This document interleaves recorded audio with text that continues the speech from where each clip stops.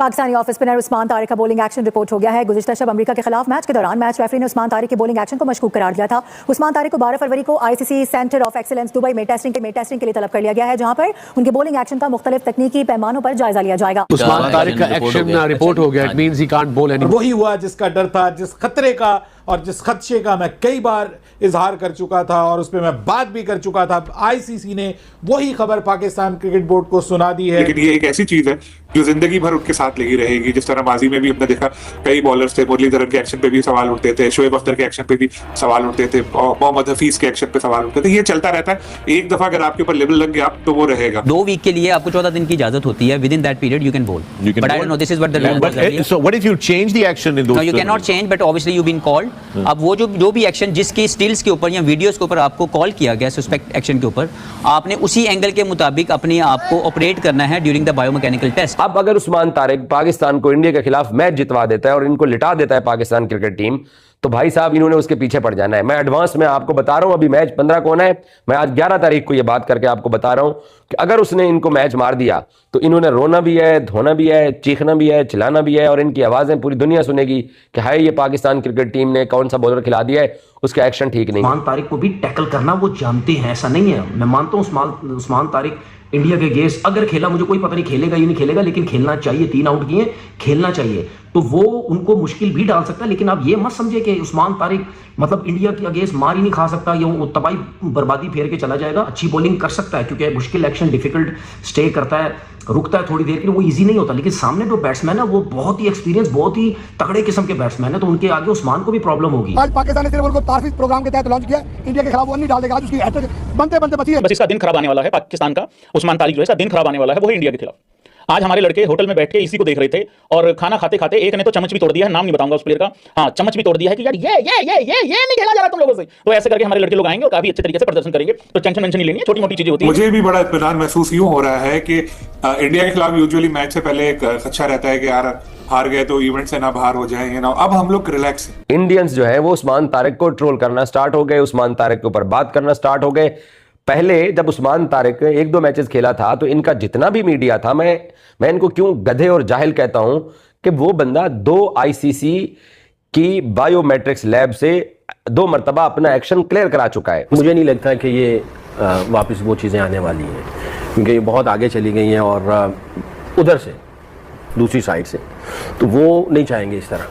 इसको रखा ही इसीलिए कि इसके अंदर जो है ना वो सियासत अपनी चमकाए। वो तैयारी करके तो बैठे हैं, और अगर कल पाकिस्तान ने हरा दिया उनको संडे को जो मैच हो रहा है, तो संडे को मैच जीतने के बाद उसके बाद इसी तरह की बातें फिर वो लोग उछालेंगे। इसका एक्शन ऐसा है कि ये क्रिकेट की सोल के साथ जाती है। मतलब क्रिकेट आप कितने सालों से देख रहे हो, बॉलर आता है, बॉल करवाता है, करवाने लगता है, बैटर तैयार होता है, लेकिन उस्मान तारिक दुनिया का वाहिद बॉलर है कि वो रुकेगा और बल्लेबाज को अब 1 सेकंड वेट करना है, तो वो जो एक नेचुरल फ्लो है बल्ले का वो टूट जाता है। और मेरा नहीं ख्याल कि ये मैं ये समझता था कि उस्मान तारिक को जो है वो इंडिया के खिलाफ मैदान में उतारना चाहिए। कम से कम वही जो एक मैच है वो खेलते, और उसके बाद अगर उनका बॉलिंग एक्शन रिपोर्ट भी हो जाता तो कम से कम हम इंडिया को उनके थ्रू डेंट देने में कामयाब हो जाते हैं। बहरहाल पिछला जो मैच हुआ है पाकिस्तान का यूएसए के खिलाफ, उसमें अब ऑफिशियली आईसीसी ने बता दिया है कि उस्मान तारिक का जो बॉलिंग एक्शन है उसको मैच रेफरी जो है उन्होंने मशकूक करार दे दिया है, और मैच रेफरी ने उनको कहा है कि वो उनका बॉलिंग एक्शन जो है वो इस वक्त इस काबिल नहीं है कि वो बॉल करवा सकें।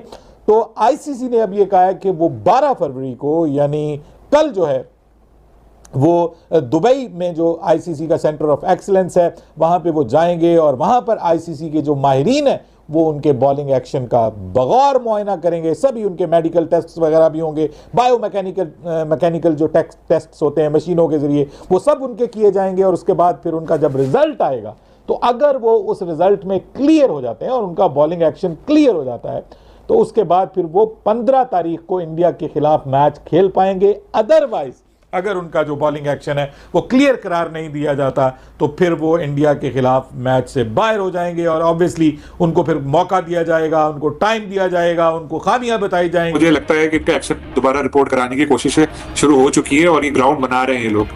जिस तरह नेगेटिविटी आ रही है, क्योंकि अश्विन ने बात की, लेकिन ओवरऑल अगर हम देखें तो काफी नेगेटिविटी है उनकी बॉलिंग एक्शन के हवाले से, क्योंकि गालिबन 2 या 3 बार रिपोर्ट होकर क्लियर हो चुके हैं वो। लेकिन ये एक ऐसी चीज है जो जिंदगी भर उनके साथ लगी रहेगी। जिस तरह माजी में भी हमने देखा कई बॉलर्स थे, मुरलीधरन के एक्शन पे भी सवाल उठते थे, शोएब अख्तर के एक्शन पे भी सवाल उठते थे, मोहम्मद हफीज के एक्शन पे सवाल उठते थे। ये चलता रहता है, एक दफा अगर आपके ऊपर लेवल लग गया तो वो रहेगा।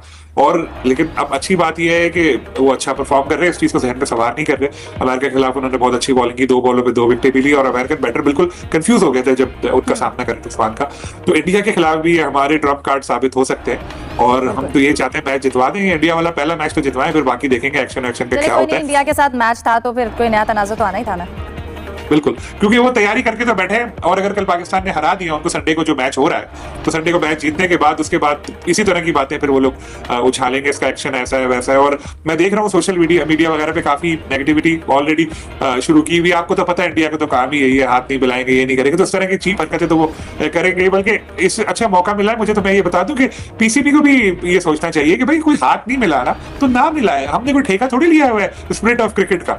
भाई जाओ ठीक है, दूसरे को इंटरेस्ट नहीं है तो नहीं है। अब अगर वो खुद आए ना हाथ मिलाने के, वो आ जाए सूर्या के सलमान भाई हाथ मिला लो, तो जाके मिला लो, नया मिलाओगे बदअखलाकी होगी, या खुद लाइन लगा के खड़े हो तो मिला लें।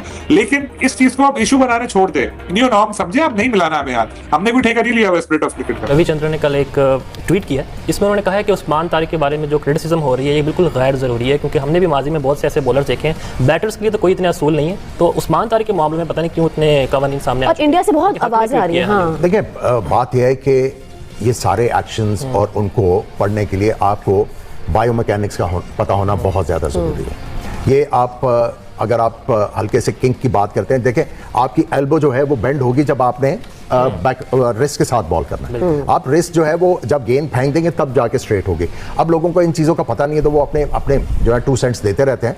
लेकिन अगर आप बायोमैकेनिकली देखें तो जो गेंद कर रहे हैं आई थिंक बिल्कुल ठीक है। हाँ, थोड़ा सा उनको केयरफुल होना है, जो बिल्कुल आम नीचे करके जब वो बॉल करते हैं तो उसमें हल्का सा जो है वो आपको फील होता है और वो लोगों हेलो दोस्तों, जैसा कि आप लोगों ने पाकिस्तानी मीडिया का रिएक्शन देख लिया कि किस तरह से पाकिस्तानी मीडिया जो है वो हैरान हो चुका है कि आईसीसी ने जो है पाकिस्तान के स्पिन बॉलर उस्मान तारिक पे बैन लगा दिया है, क्योंकि उनका एक्शन जो था वो ख़राब था, मशकूक था। इसलिए आईसीसी ने उनके एक्शन पर बैन लगा दिया है।